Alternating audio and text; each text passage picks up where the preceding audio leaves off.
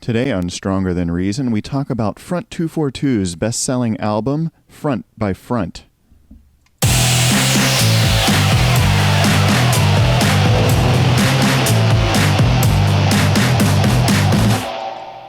Welcome to Stronger Than Reason. So let's talk about the term industrial music. It's a pretty fuzzy concept, and for sure, plenty of the bands that were clearly industrial or who were influenced by industrial don't appreciate the label. The term originated in 1976 by members of Throbbing Gristle when they founded their industrial records label, the motto of which was industrial music for industrial people. And it was coined by an American, actually, a friend of theirs, the artist Monty Kazaza, who coincidentally just passed away in June 2023 at the age of 74. So R.I.P. Monty. So originally, industrial music was meant literally as a label, a record label, to be specific, and it seemed to encapsulate everything that Throbbing Gristle and Monty Kazaza were trying to capture in their art. The rejection of norms, the embrace of new and unusual technology, the adoption of harsh and mechanical and repetitive sounds, and not least provocation, not only in the music, but in the subject matter.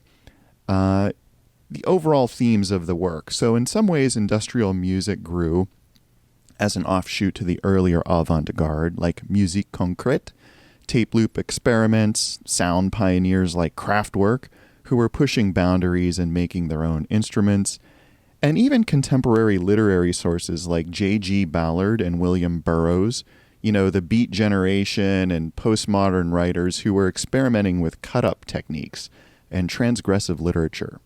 So early industrial bands would, in fact, reject traditional instruments or make their own. They would record track after track of harsh noise with barely anything like melody or rhythm. The point was to shock or to jar people out of their expectations. In fact, Throbbing Gristle grew out of Coombe Transmissions, whose motto was Coombe Guarantee Disappointment. And how can you fail with a motto like that? That really just puts it out on Front Street. One thing I haven't heard discussed much, though, is the overlap between, or the relationship between, industrial and no-wave music. And as far as I can tell, they both have very similar origins, styles, and goals. Industrial was just what they called it in Europe, and no-wave was what they called it in New York, at least until Wax Trax Records came along and partnered with European bands to bring the term to Chicago and to America at large. And maybe that's more a question of branding than anything else. So a band like Swans were no-wave, but Cabaret Voltaire were industrial. And I think I'll dig into that some more in an upcoming episode. But regardless, after a number of years, the genre, such as it was, began to split into smaller and smaller subgenres. And this is just an inevitable evolution. Labels are kind of fractal in nature over time, and it's just human nature to want to endlessly classify things with greater and greater specificity. But meanwhile, of course, the artists who are being labeled are coming and going or altering what it is they're doing. So the result is just this big dynamic soup of various flavors and styles. But it wasn't long in the world of industrial before some bands thought to apply the principles of pop music to it. That's just a inevitable thing. Everything is a circle, and sooner or later, someone's going to get the idea to bend it back around into pop music. So early industrial purists, fans were listening to Throbbing Gristle and SBK and Einstürzen Neubauten, and they were put off by bands like Skinny Puppy and Ministry that dared to be accessible at all. And then, of course, Nine Inch Nails came along and just broke that split wide open, with the purists insisting that the newcomers label themselves as industrial rock or industrial pop to distinguish themselves from the real industrial bands. And, of course, flame wars were raging across rec music industrial at the time. But there was another offshoot to industrial that focused on rhythm. Artists were expressly making industrial dance music that was aggressive, but it was all about the rhythm and the energy. And it was a truism across the entire music industry in the late 70s and early 80s that the new technology of the day could help you make super funky music despite having no actual musical talent. Drum machines and sequencers and the like could handle the groove for you. You just had to program some heavy beats and add some samples and clanks and a very nihilistic worldview, and you had something new, something that the masses quickly labeled as EBM, for electronic body music, and it was essentially industrial dance. It was targeted for the dance floor. Unlike the original industrial bands, EBM bands would produce a lot of 12-inch mixes and remixes that fed into club culture. And, some people thought that that was just weird, that there was just, that didn't really apply to industrial music. And I can't think of any story that illustrates that split better than the time in 1985 that Einstürzende Neubauten, who were a traditional industrial band, played at the Hacienda in Manchester, England. Now, the Hacienda was a boutique nightclub owned and operated by New Order, who were, of course, an eminent dance rock band. Einstürzende didn't really mesh, you could say, with the club culture very well at all, because part of their performance involved attacking the club's designer metal columns with a pneumatic drill. So they got kicked out and banned, and there wasn't much grooving going on at the Hacienda that night. And some people just chalked it up to, traditional industrial and dance just shouldn't mix. But they did, and for a while it was called EBM. So through the mid-'80s, one band rose to the top of the growing EBM pile and more or less became the face of the genre. They grew to fame in their home country of Belgium, but they blew up when they were invited as the opening band for Ministry's 1984 American tour. They were signed to Wax Trax Records shortly thereafter and became one of the label's flagship bands. And I already talked about them in episode 14, but we're going to talk about them again today. In particular, we'll talk about their most popular album, reportedly Wax Trax's bestseller ever, and also considered by some to be the greatest industrial album of all time. Certainly the most beloved EBM record of all time, and of course I'm talking about the band Front 242 and their classic 1988 album, Front by Front. Now, I obviously chose to talk about a different Front 242 album first. Back in February, I talked about the album they released just prior to this one in 1987, which was Official Version. And that's because I'm kind of partial to Official Version. I'm a bit of a contrarian. And their most popular album isn't necessarily my favorite just because it's the most popular. But chances are, if you ask any random music fan to name a Front 242 song, they're going to name one off of Front by Front. In particular, they're going to either say Headhunter or Welcome to Paradise, the two tracks that were staples of every club's industrial night. I don't even think they're the best songs on this album, as we'll see, but they are ingrained into the public's consciousness as the two big hits. And also, I'd quibble with anyone who thinks Front by Front is the greatest industrial album. I mean, even assuming you consider it industrial, which is a pretty big assumption, it's hard to say it's greater than, say, The Land of Rape and Honey, or Rabies, or Pretty Hate Machine, although I will grant that it's a contender. I do think it's the best and most concise example of EBM, the quintessential example, really, but I don't want to really spend a lot of time dickering over labels. I really want to talk about the album itself. So when did I first hear it? I'm pretty sure this album is the first 242 I ever heard. A friend of mine bought Front by Front on CD, but he bought the original Wax Trax edition. Now, what I have here is a reissue, which is kind of a bummer in a way, because the original version had this great lo-fi 8-bit sleeve, which you could barely see here in this tiny thumbnail. This packaging is just a waste. But the original kind of had this very pixelated style, and I would say that it looked like it was designed on an Apple II, except I happen to know that the Apple II was so limited that it couldn't actually show shades of gray, so it might have been designed on a Commodore or an Amiga or an Atari. A lot of bands were using Atari computers to sequence music around this time, but as a vintage computer enthusiast, I was impressed by the simple graphics. I was making similar low-res art on my own Apple II at the time, so I could relate. And I was intrigued by Front 242's use of simple pixelated graphics as an album cover. It just was something I'd never seen before any other time in the 80s. Also, the name of the album was just cool, Front by Front. Now, 808 State is a band with a pretty similar name, and they had a pretty popular track around 1990 called State to State, and I have to wonder if it was kind of a nod to Front by Front, and I like to think it was, because State to State came out shortly after, and for sure Front by Front was very influential, but who knows. Anyway, my friend put this record on, and the first track started, and I just immediately got it. There it was. EBM, industrial with a heavy beat. There was no atmospherics, no experimentalism, no weirdness for weirdness' sake. You know, it wasn't hard to understand what was going on. This record was about the beat, period. It was a bare minimum of melody and vocals, and it had a very meticulous production. It was clearly club music, and I was into it. The arrangements were fairly complex with a lot going on. It sounded like they had a half dozen sequencers going at once, just programmed out the wing-wang. The singer had this cool deep voice, and actually there were two singers on this record. There was the guy with the deep voice and another guy with a regular voice that was kind of his hype man. And I'd soon learn that these guys were Jean-Luc Demeyer and Richard 23, respectively. So the overall sound of this record was unlike anything else I had heard up to that time. It sounded very clean, almost clinically so, but still very punchy, very powerful, with the whole band just kind of operating in clockwork like a finely tuned BMW engine. So comparing other bands to Front 242, compared to them, Skinny Puppy sounded kind of messy with just everything mixing into everything else, and Ministry sounded very metal with so many guitars, and Nine Inch Nails sounded very poppy and melodic, and the vocals were extremely emo.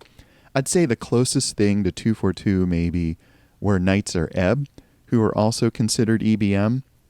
But Nights Are Ebb seem very minimalistic in comparison, much more simplistic arrangements. And, you know, by 1990, they had evolved into something else completely different. They were going over into full pop music, which 242 never really did. But I'll get into that later when I talk about the later Nights Are Ebb stuff. But yeah, mid-career Nights Are Ebb, like Belief, had a lot in common with 242.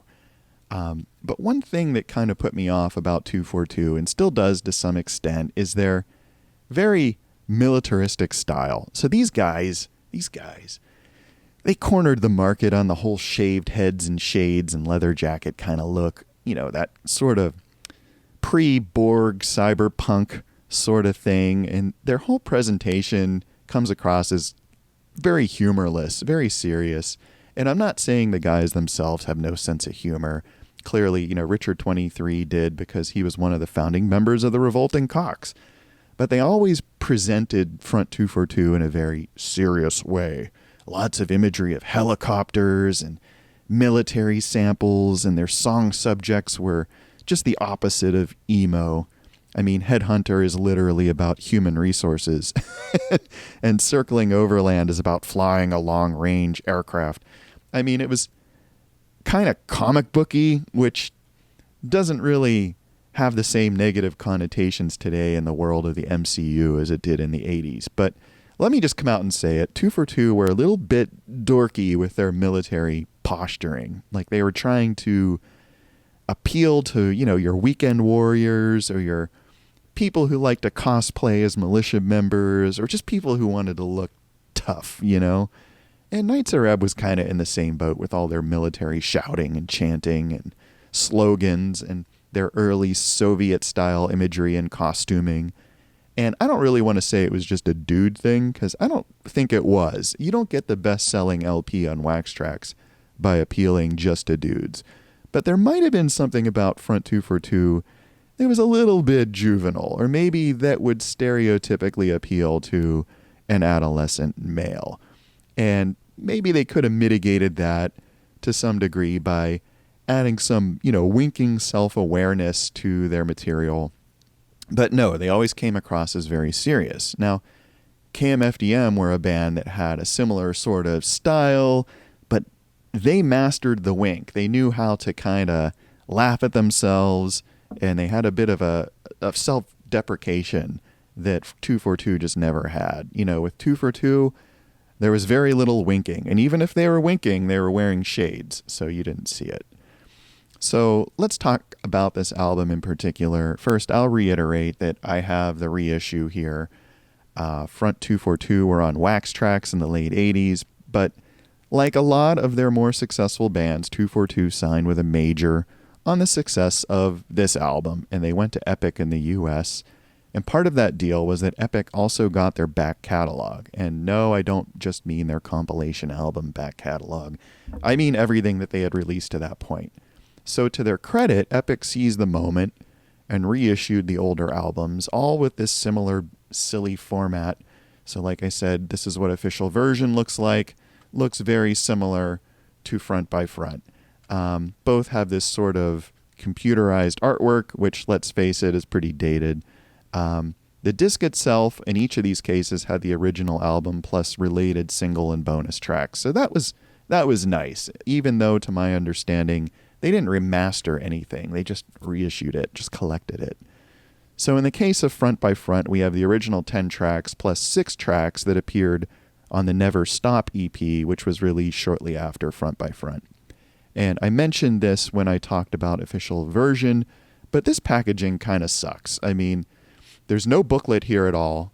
There's just this flimsy cardboard insert, It's pretty terrible. They have some graphics on the other side, which are the same for every album. And there's really no extra information about this particular album at all. And I think that was a real missed opportunity because the original issue of Front by Front didn't have a lot of packaging, but it did have a few pictures, some graphics, and it had a chart that showed the BPM for each song. And I thought that was pretty interesting. Ministry and Skinny Puppy weren't listing their BPMs, and I was just wondering why 242 were so interested in listing random technical facts about their songs. But, I later realized that there was a practical purpose. It was a club thing. It was to help the DJs in the clubs match up beats between songs. And that was a concern for 242 because they were EBM. They were, in the clubs, and some of the other bands weren't. So that made sense. So, let's talk about the track by track. Things start off very strong with one of my favorites, Until Death Us Do Part. This is a quintessential 242 song, great beat, classic sounds, awesome vocals by Jean-Luc and Richard 23. It's a good example of a song where they're doing a poppy arrangement on this album, like verse, chorus, verse. There aren't many of those here, so it's somewhat poppy and accessible. I just really dig this song, and it's a wee bit clever. At the end, Jean-Luc is spelling out "lock the door forever," which, is a fun little puzzle for about 30 seconds. But, let's be real, this song takes a pretty dim view of marriage. Again, it's kind of got this juvenile mindset to it. So if you could kind of put that aside and get on board, it's a cool song. And for sure, it sounds super good. And then we roll right into track 2, which is Circling Overland. And this was my favorite track as a kid, I'm not going to lie. It has some awesome minor key synth strings. It has some bass synth that kind of evokes a Tom Clancy thriller. And the lyrics are a bit silly. They're all about flying a long-range surveillance aircraft or something. Who the hell knows? Jean-Luc is just dishing out a lot of exposition about capabilities and responsibilities flying this plane. And it reads like, I don't know, a resume or maybe like log entries, because some of the lyrics are like 1/1/2029, so he's logging an event at 11:20 and 29 seconds. I don't know. It's sort of silly if you think about it too hard. But again, it doesn't matter because the music is so cool and it's a cool dance song. Track 3 is Im Rhythmus Bleiben, which we all know is German for staying in rhythm, of course. And this tune is a pretty straightforward EBM workout, and it could literally be a workout because it's hard for me to listen to this and not think about doing calisthenics. It has a very busy arrangement, a lot of sequences running at once, some subtle German vocals from the guys kind of buried in the mix. Has a couple key changes to keep things interesting, but it's mostly about the energy, the rhythm. It's mostly an instrumental, and there are a few of these kind of workout songs on this album. This is just the first, but a cool track. Really like it. Track 4, Felines, is a whole other kettle of fish, and to be honest, I have to say I generally skip this tune, and I might have listened to it a dozen times or so in my life. For one thing, it's really slow, just 84 BPM according to the liner notes, about 20 BPM slower than the next slowest song. And for another, the lyrics just seem kind of cornier than usual. Let's feed the felines. I mean, as a cat lover, I can relate, but I don't necessarily want to hear a song about it, although my cats might disagree with that. I did actually force myself to listen to this song again to prep for this show, and I have to say, my opinion was spot on. I just don't think it's a very good song. I don't much like it, though I can appreciate that it gives some dynamic range to this album that would otherwise just be wall-to-wall club bangers. But to me, it's kind of like the song Nobody Knows on Nights Are Ebb's Showtime, or Sweetest Perfection on Depeche Mode's Violator. They're all songs that don't quite fit. They generally drag the energy down for the sake of having a token ballad, meh. In all, I'm glad that these days I have some digital technology where I can skip this very easily with the push of a button. Back in the day, I had to get pretty good at timing that fast forward to get to the next tune, which in this case is a great one. First in, first out. Stylistically, this is very much like Im Rhythmus Bleiben, just another mostly instrumental EBM tune you can do aerobics to. It was a favorite of mine, though, growing up. It's got some subtle vocals, has this really annoying klaxon sound that comes and goes. But to me, the best part by far is toward the end, where everything just kind of stops. And there's a sample of a lady saying, "I'd walk there every night just to hear the beat." And I'd love to know where that sample came from because it's perfect for this song. So if you know that, please share. The only other thing that stands out to me about this song is its name, which is a reference to, a certain kind of data structure in computing, typically implemented as a queue, as opposed to a last in, first out, which is kind of a stack. Isn't computer science fun? Track 6 is Blend the Strengths. Now, this song has a bunch of ambience at the beginning and at the end that always kind of reminded me of a submarine submerging and then re-emerging.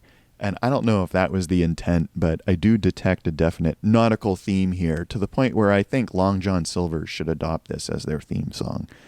It's kind of this jaunty mid-tempo thing with some weird samples and just the bare minimum of melody. And, other than the weird intro and outro, this one seems like filler to me. So let's just go to the reason we're all listening to this, the reason we're all here. Track 7, Headhunter. This is without a doubt 242's biggest hit ever. Of course, it was a single. The thing that cracked me up about this as a kid was the fact that they labeled it version 3.0. Because it never occurred to me or my friends that songs could have versions like software. And again, we took it as an affectation. They're being so technical. Maybe they picked this up from Kraftwerk. But as it turned out, versions 1.0 and 2.0 were on the single. Version 1 was the 12-inch mix, which was about 5 minutes long, and 2 was the 7-inch mix, which lasted about 3 minutes and some seconds. And version 3 was this album version, which was really just 15 seconds shy of the 12-inch mix, so you wonder why they bothered. But this song, I've said it a million times, but this is the coolest song about human resources since 9 to 5 by Dolly Parton, or maybe Take This Job and Shove It by Johnny Paycheck. Jean-Luc Demeyer is on record saying that the lyrics are based on his experiences working HR at an insurance company. He was trying to capture the sense of tribalism and competition that's inherent in trying to find and hire the best people, which is actually, it's actually a pretty interesting subject for a song. I doubt anyone else had made a song exactly like that before, and it's completely on point for the greedy 1980s. So props to 242 for being original and capturing the moment. Sonically, this song is also quintessential 242. It's got, pretty poppy verse chorus arrangement, great catchy vocals. It's practically begging for a sing-along. Maybe has more clave and cowbell than I normally want to hear in an industrial song. But, you could argue that it made the beat memorable. And it is memorable because for thousands of people, this is what they think of when they hear the name Front 242. And if you think about it, this song represents Wax Trax's high water mark in terms of their impact on pop culture. Front by Front was the best-selling album in their catalog, and Headhunter was the most popular song on the album. So Ministry may have had more commercial success, but that was only after they left Wax Trax. So this song was for sure a significant achievement. And I would be remiss if I didn't mention the video, just to tie things to the last two episodes, the ones about Depeche Mode's Violator and U2's Octung Baby. You might predict that the video was directed by none other than Anton Corbijn. Yes, he had his fingers in many pies in the late 80s and early 90s. Everyone wanted him to take pictures or shoot videos. And the video here is for version 2.0, the 7-inch mix. And for whatever reason, it features eggs. Yes, eggs. Legend has it, and by legend I mean Wikipedia, that Anton misheard the title as Egg Hunter and just went with it. Of course, we all know that he came up with a lot of crazy subjects for his videos, so it's hard to say exactly what was going through his head. In fact, though, this wouldn't even be the weirdest video he'd make for Front 242, but we'll talk about that video when I get to their next album, Tyranny for You. There's no sense jumping the gun now. I want to take some time and savor that one. But yeah, check out the Headhunter video if you haven't seen it recently. It's still a hoot. It's all shot in Anton's trademark grainy black and white. And despite what I said earlier about the band being humorless, it's actually pretty silly. And I guess there's a little bit of tasteful nudity too. So if you get a grayed out screen on YouTube, it's because they're censoring it from you. So just be aware of that and fight the power. Let's move on to track 8, Work 01. As far as I know, there was never a Work 02, so again with the quirky version numbers. But as we will see, there are in fact several versions of this track, but we'll get to them in a bit. This is yet another mostly instrumental EBM workout song following in the wake of Im Rhythmus Bleiben and First In, First Out. Maybe a bit more hard-hitting beat-wise. It's also the fastest song on the album at 130 BPM. It's got a lot of vocal samples about mutilated bodies. I presume they're talking about the great cattle mutilation panic, but who knows? It hardly matters because this is a groovy song, which is what matters, but there's not much more to say about it, so we'll move on to track 9, which is Terminal State. Now, this is my favorite song on this album these days, for sure. For one thing, it's super funky. It has an actual bass line, not just this synth bass. It also has excellent use of hi-hats to add and release tension. It has a really catchy chorus part with these great keyboard hooks. Jean-Luc delivers the vocals in these 2 different registers. Sometimes he's doing a neat call and response with it. It's just a really original song. And again, super funky, very catchy. You know, your mom could listen to this song and go, damn, I really dig that. You know, it's just a good song. It's not too out there. It's not too weird, but it's distinctive, and it kind of rocks. Give this song another spin and tell me if you agree. I think it's worthy. All right, so we're going to wind up the main album with that other celebrated classic, perennial classic, Welcome to Paradise. Club kids everywhere know this as the Hey Poor song, and also for the drop where the preacher yells, no sex until marriage, which always got a big ironic cheer. Again, in the 90s, it was all about the irony, folks. But I think the brilliance of this song was in making an underground dance hit out of televangelists. This is old hat now, but it was kind of new and novel when 242 made this song. And I alluded to this when I talked about the song Angst on Official Version, which first dabbled with this idea. Angst sampled a preacher, but, you know, it wasn't a dance song. It was more atmospheric. Welcome to Paradise really took that next essential step, and in doing so, it put quotation marks around everything that the preacher said, kind of holding it up for scrutiny and, one would hope, ridicule. At least that's how we read it as kids. So it was like Front 242 were saying, you know, listen to this crap. Isn't this ridiculous? And there's actually a video of this song on YouTube now that was made with an image of Buddy Christ from Kevin Smith's movie Dogma, which pretty well nails the vibe that I think 242 are going for here. But music-wise, it's pretty simple. There are no real vocals, just samples. It's a mid-tempo dance tune, some minor key changes, and guitar samples just to keep things from getting too boring. Nothing dramatic. Whatever interest is here comes from this ironic use of the Preacher samples. And I think it could have been a successful single of its own, and I'm really surprised that they didn't take advantage of the song's popularity in the clubs to push it. But maybe because they issued it as the B-side to Headhunter, they didn't bother. The only other thing I'll say about it is that the Lords of Acid parodied it with the remix to their 1991 song I Sit on Acid, and that's worth a listen for a laugh if you haven't heard it already. But that ends the album proper, but this reissue, of course, has 6 more tracks for the Never Stop EP. And I originally bought Never Stop on cassette, as I did back in the day, and I still have it. It's still over there in the archives, though again, I didn't want to do a lot of digging around over there. I don't like going in the crawl space. It's just scary, frankly. So I'm just talking about the CD here. So Never Stop came out in 1989 and was more or less a remix album of Front by Front. It was the band's final release on Wax Trax. Their very next release would be the Tragedy for You single on Epic.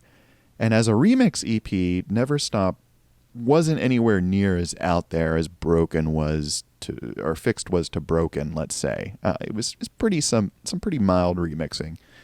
It essentially had 2 versions of the title track, which was this new song, and some of the, reworked versions of other Front by Front songs. So they also threw in the 12-inch mix of Headhunter, version 1.0, from the Headhunter single. So let's talk about these tracks. Headhunter 1.0 is pretty self-evident. It's a slightly longer version of the song. Meh. Then we have Never Stop version 1.0. This is essentially the main mix. 1.1 version is an instrumental. So I got to say, I think Never Stop is a fantastic song. It's this upbeat dance tune with some great classic 242 sounds. It's got catchy vocals. It would have fit right in on Front by Front. And I'm guessing the only reason it wasn't on there in the proper album was that they came up with it after Front by Front was already out the door. But I don't really know the whole story. I do know it's a great tune. If you haven't heard it, do yourself a favor and check it out. Then there are 2 versions of Work 01 on here that are now both called Work 242. There's the regular version and the N-off is N-off version. These are more or less dub instrumentals, mostly just beats, and together they span more than 10 minutes, so they go on for a while. The regular version of Work 242 has a bit of a joke at the end. It goes into this really quiet outro for like a whole minute, and then it has these tinny little beats, and you're struggling, and you're turning up the volume on your Walkman because you can barely hear the music. And then after a minute of that, there's a full volume sample of the guy saying, "Listen carefully." So, whatever.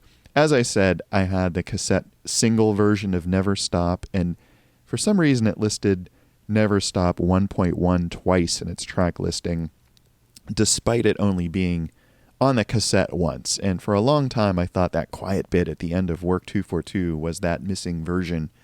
But I see from the CD here that that's not the case, so I'm sure it was just a weird misprint.